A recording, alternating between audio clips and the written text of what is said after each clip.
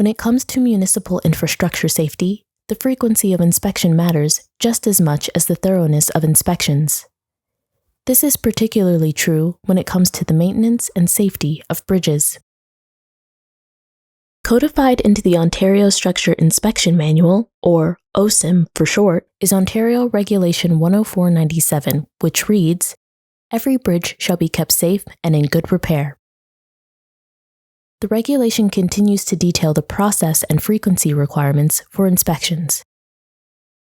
The structural integrity, safety, and condition of every bridge shall be determined through the performance of at least one inspection in every second calendar year, under the direction of a professional engineer and in accordance with the Ontario Structure Inspection Manual.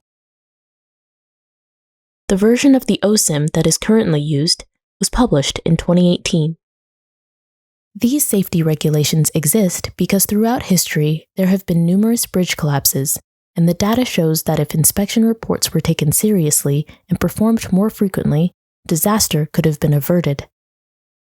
Some notable examples include the Tacoma Narrows Bridge collapse of 1940. This collapse has been studied for decades. Subsequent investigations have found that the collapse occurred due to aeroelastic flutter.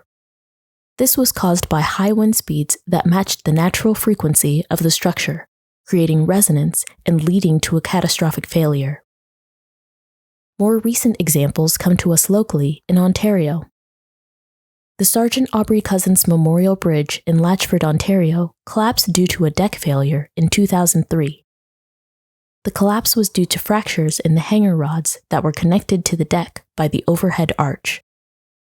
The bridge had been inspected a few months before the collapse, but the connections that failed were not properly accessible for inspection.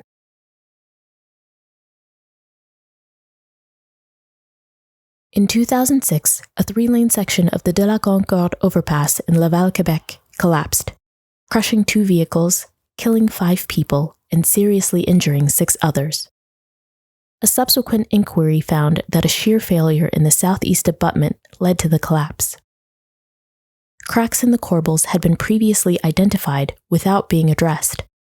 The official inquiry into the collapse found negligence on the part of engineers dating from construction through to inspection contributed to the collapse. A 2016 winter storm in Nipigon, Ontario led to the failure of 40 M22 bolts attaching the deck girder to the northwest bearing on the Nipigon River Bridge. This caused the deck to lift up 60 centimeters and led to a 17-hour delay in traffic along the Trans-Canada Highway, forcing motorists to cross the border into the United States to avoid the damaged crossing. Several engineering reports cited 3 main causes of failure. The shoe plate that connects the bearing to a girder was too flexible. The bearings were not flexible enough, and the bolts had not been properly tightened. The Crescent Town pedestrian bridge in Toronto, which connected a condominium complex to a school, collapsed in 2018, following years of concerning reports about the structure's long-term viability. The bridge had been deteriorating for years, although small cosmetic repairs had been undertaken.